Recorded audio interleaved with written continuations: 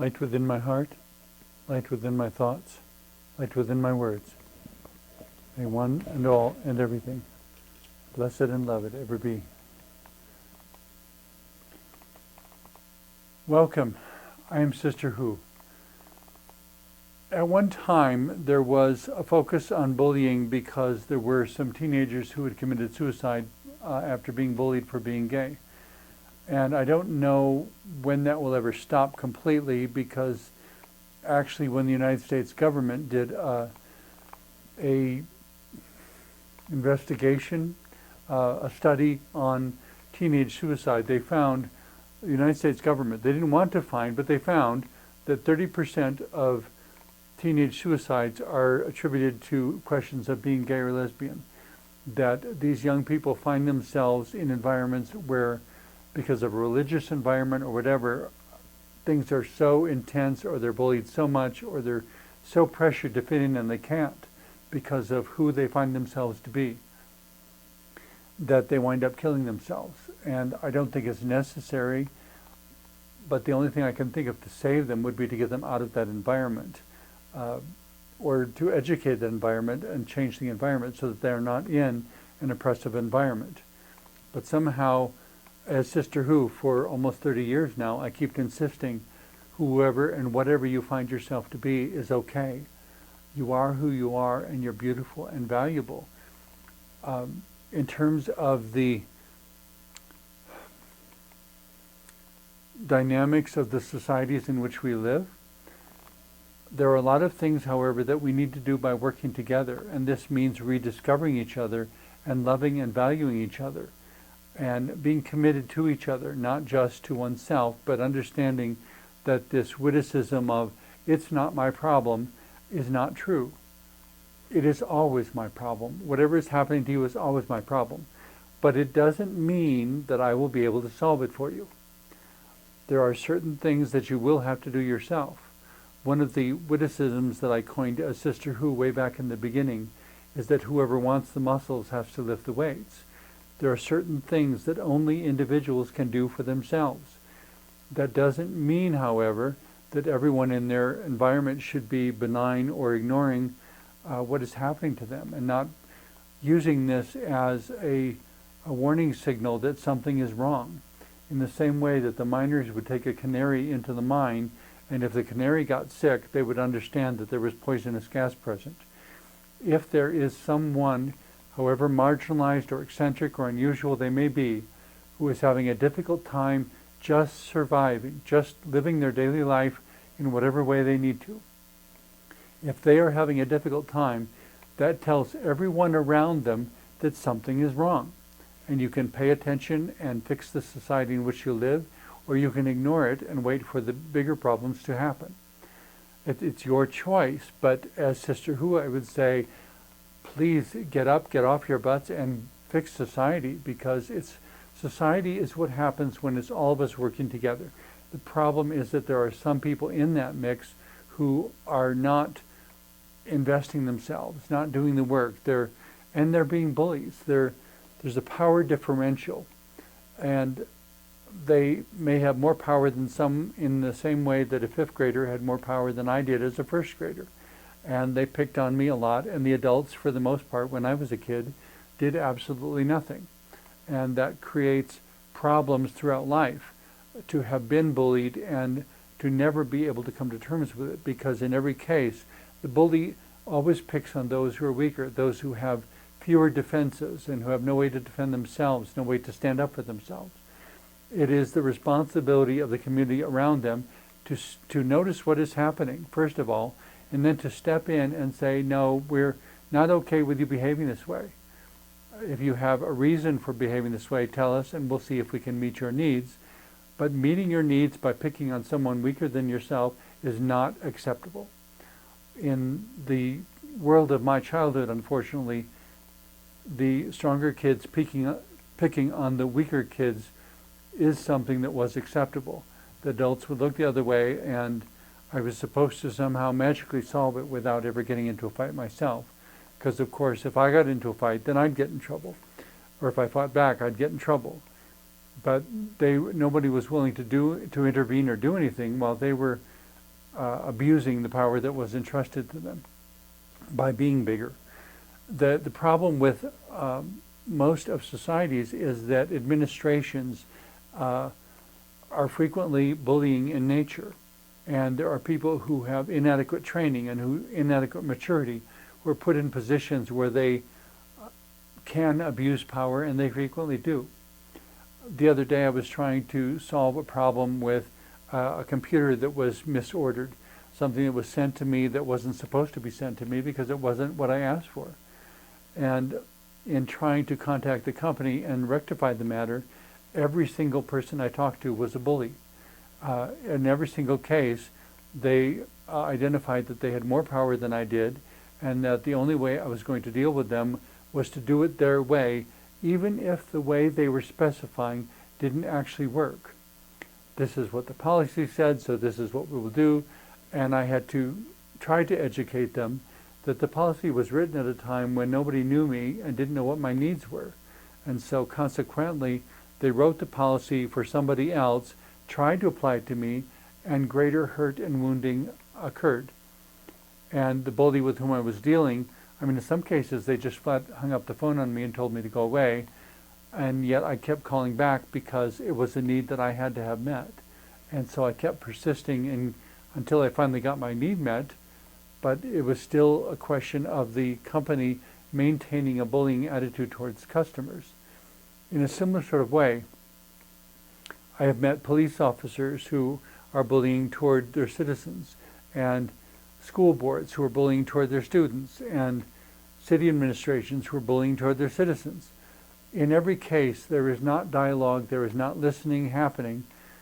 There is instead somebody who is abusing power and enforcing a response that doesn't answer the need, that doesn't provide what's needed, that doesn't resolve the situation, and the person who is being victimized is simply supposed to accept it and put up with it.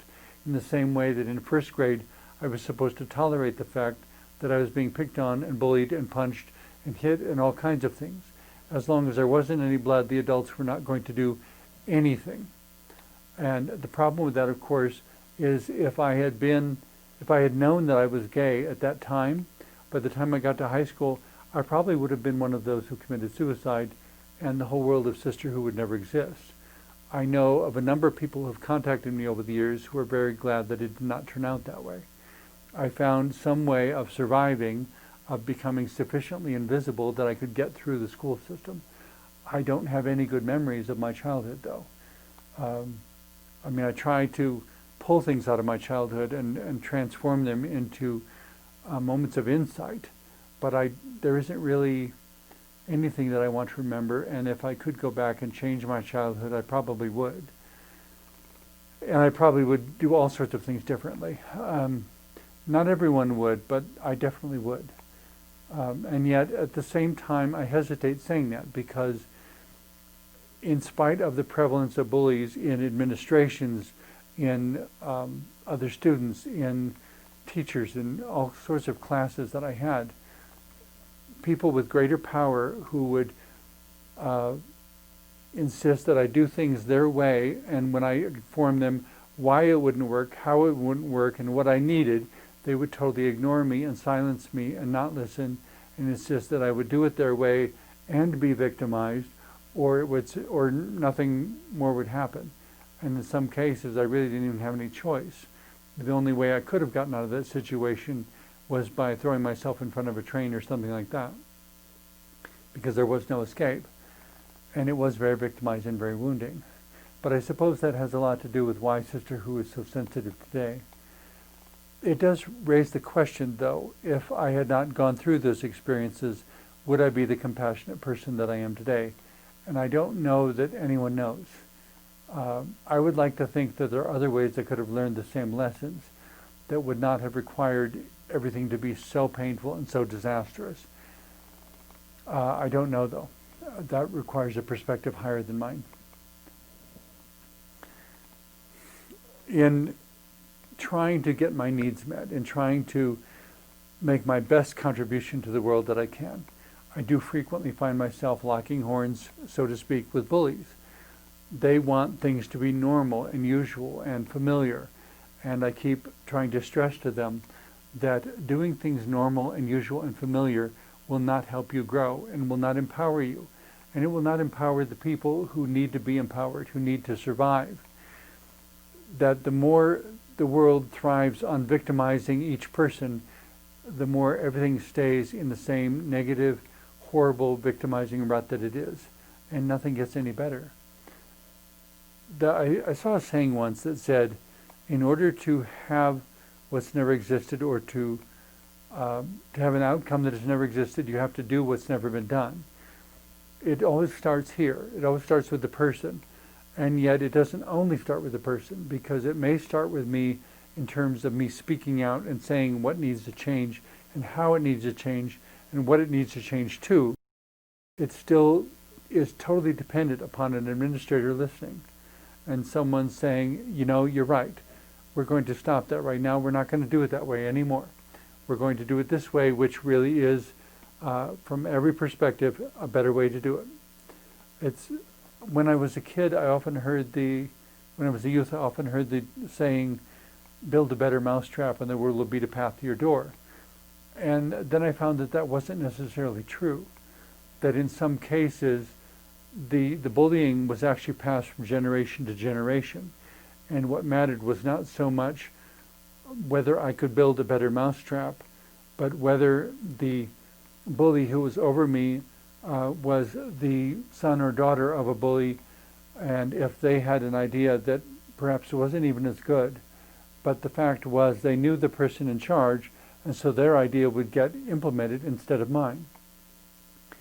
And of course all of humanity would suffer because the result that came out was not as good, and my contribution was not integrated, and everything that I could have done for them was not done. And they had to make do with the very limited self-sabotaging dynamic that they created. And it brings to mind somebody quoted Carl Sagan, or somebody attributed their quote to Carl Sagan and said that according to him, if it were not for humanity's wars and competition, it's quite possible that humanity would have found a way to journey to the moon in the 1700s, more than 200 years before we did. And that's how much we have impeded our own growth and development. And I have to believe that maintaining bullying dynamics does more of the same. And so I have this show, I use my voice in whatever way I can. I'm not an administrator, I don't have the ability to make anyone do this or that or listen to me or anything else. But I make my show and hope that the right persons see it and understand it and take it into their lives. And that is that whether the bullying occurs on the playground of a school, in an elementary school, or whether it occurs in a school board meeting with the superintendent or the school board, or whether it occurs with an employer or a municipal government or a state government or a national government, wherever the bullying occurs, when somebody is exerting greater power and abusing that power by saying, you will do it my way and I will not listen to you and I will not pay attention to the fact that my resolution doesn't work for you and that you have to do it your own way because you cannot do it my way. And that the more times they insist that I, as an autistic, do it the neurotypical way, the more failures I'm going to experience because I can't. And the number of times that people don't even understand autism or any other disability, it kind of reminds me of my friend who has been blind since birth, who commented that the problem with disability is that everyone's a candidate. At some point in your life, you might be in a motorcycle accident, or you might get older. Any number of things could happen, but you may become a person with a disability. The added point to that I would add, or that I chime in, is that there's also the problem of people being born. You may not have the disability, your spouse may not have the disability, but your son or your daughter might. And you have to make a world that is safe for them, a safe place for them. And instead of insisting that this issue or that issue does not apply to you, to instead consider that this issue may apply to your children, to your offspring, to your brothers and sisters, your cousins, your relatives. And so, in a sense, by making the world a safe place for everyone, you are making the world a safe place for everyone to whom you might be related, everyone whom you might love. And to the extent that you don't do that, you are making the world a dangerous and hostile and violent place for people whom you may love, whom you may come to meet, come to know, future co-workers.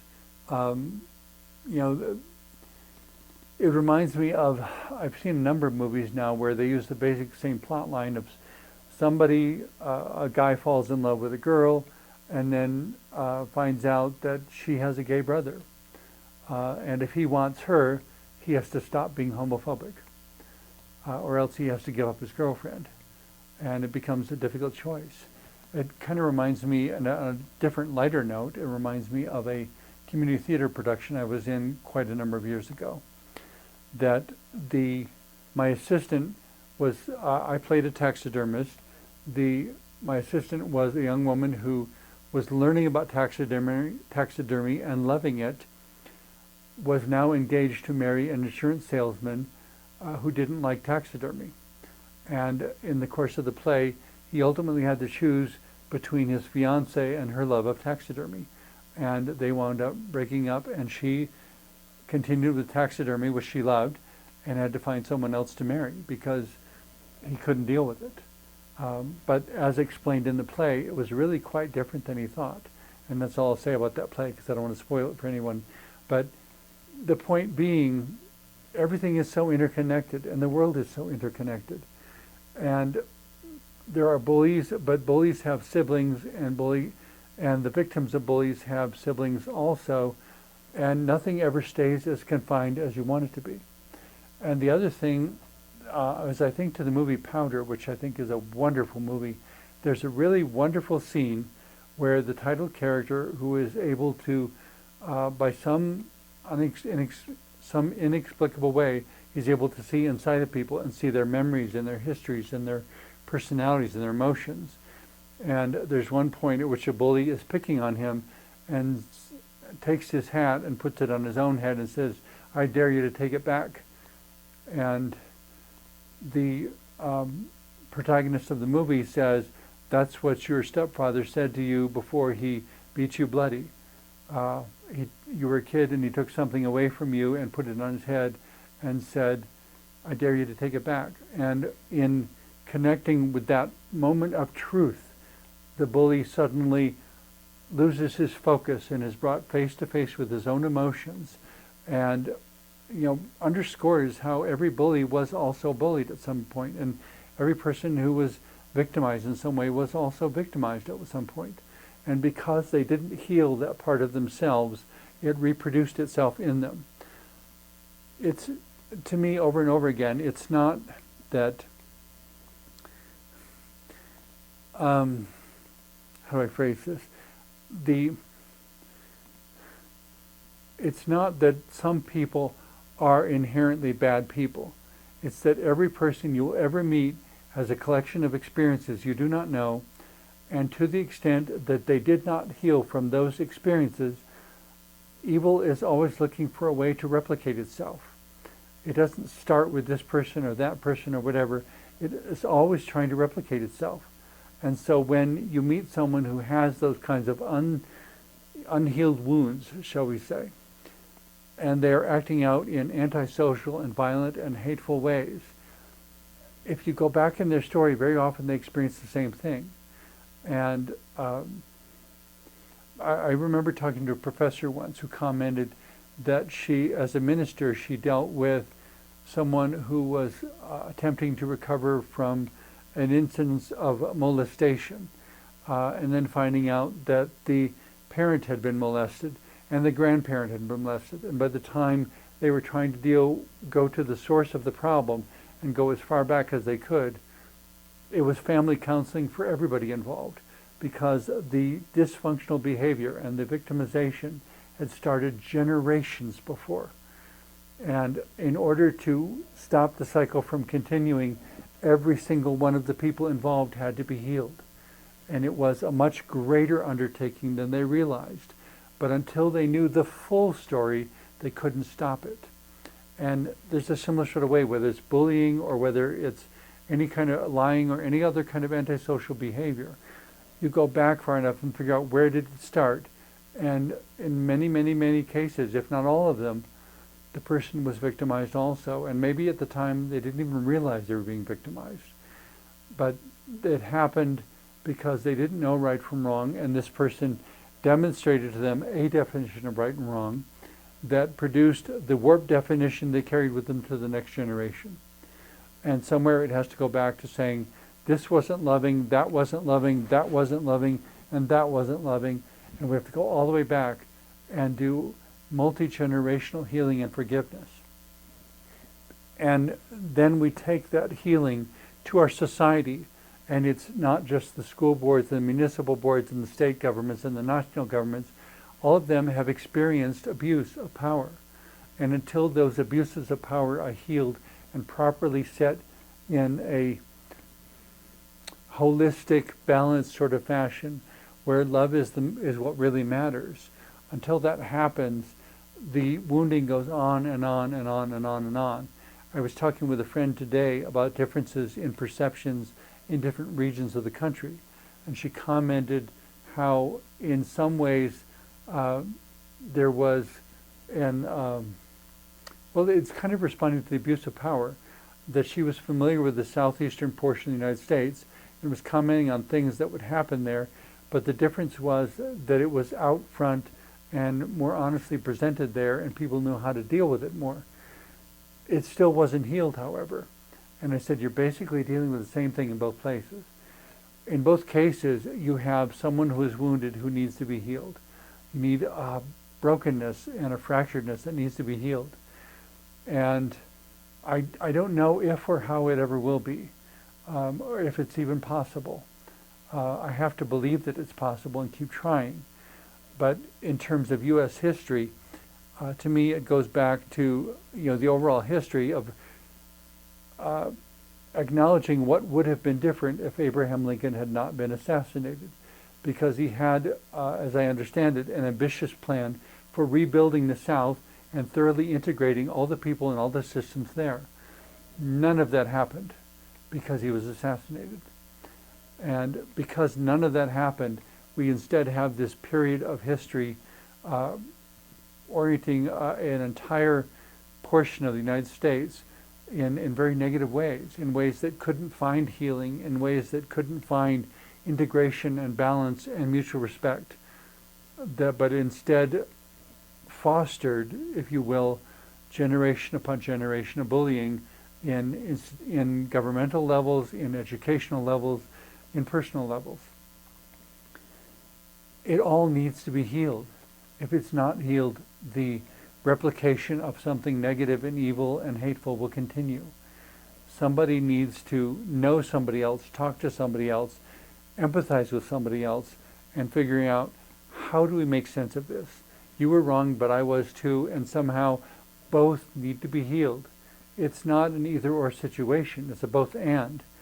And the challenge to humanity at the moment is developing out of all these horrible, tragic events and so many losses of life and so much hatefulness and people who believe they're better than somebody else for whatever reason, instead of seeing themselves as an egalitarian group trying to move forward in love and peace, to find ways to heal all the brokenness that has ever happened and stop all the negative repercussions that are attempting to reproduce themselves in others, and find ways to love. As a minister, it seems to me that someone being unable to love is really a tragedy and a medical, well, maybe medical isn't the right, a holistic crisis needing to be addressed. It's something that involves physical, mental, emotional, and spiritual health, all of them. Not being able to love is where the basis of good relationships either starts or ends. Or being able to love is where it either starts or ends. Not being able to love is where it ends, where healthy relationships end. finding a way back to love and to practices of love and to demonstrating love, that's where healthy relationships begin. If parents don't love their children and children don't love their parents, that's a situation that needs to be addressed. To compassionately say to one another, what is going on? You need to tell me, because if you don't tell me, I can't be part of your healing process. If you don't want me to be part of your healing process, find your healing process any way you can. But do find your healing process, because if you don't find the healing, the brokenness is going to continue. If there is brokenness, it didn't start yesterday, but it can be healed. If there is something whole and healthy and healed, then it's not because it got there by accident. It's because somebody cared enough, somebody loved enough to make the healing happen. Thank you so much for watching. I hope some of the things that I've said are helpful to you. And to use a final invocation that I used sometimes in the past. And now may you be blessed with love and peace in the pursuit of your own dreams and in all your dealing with the diversity of humanity around you. Amen.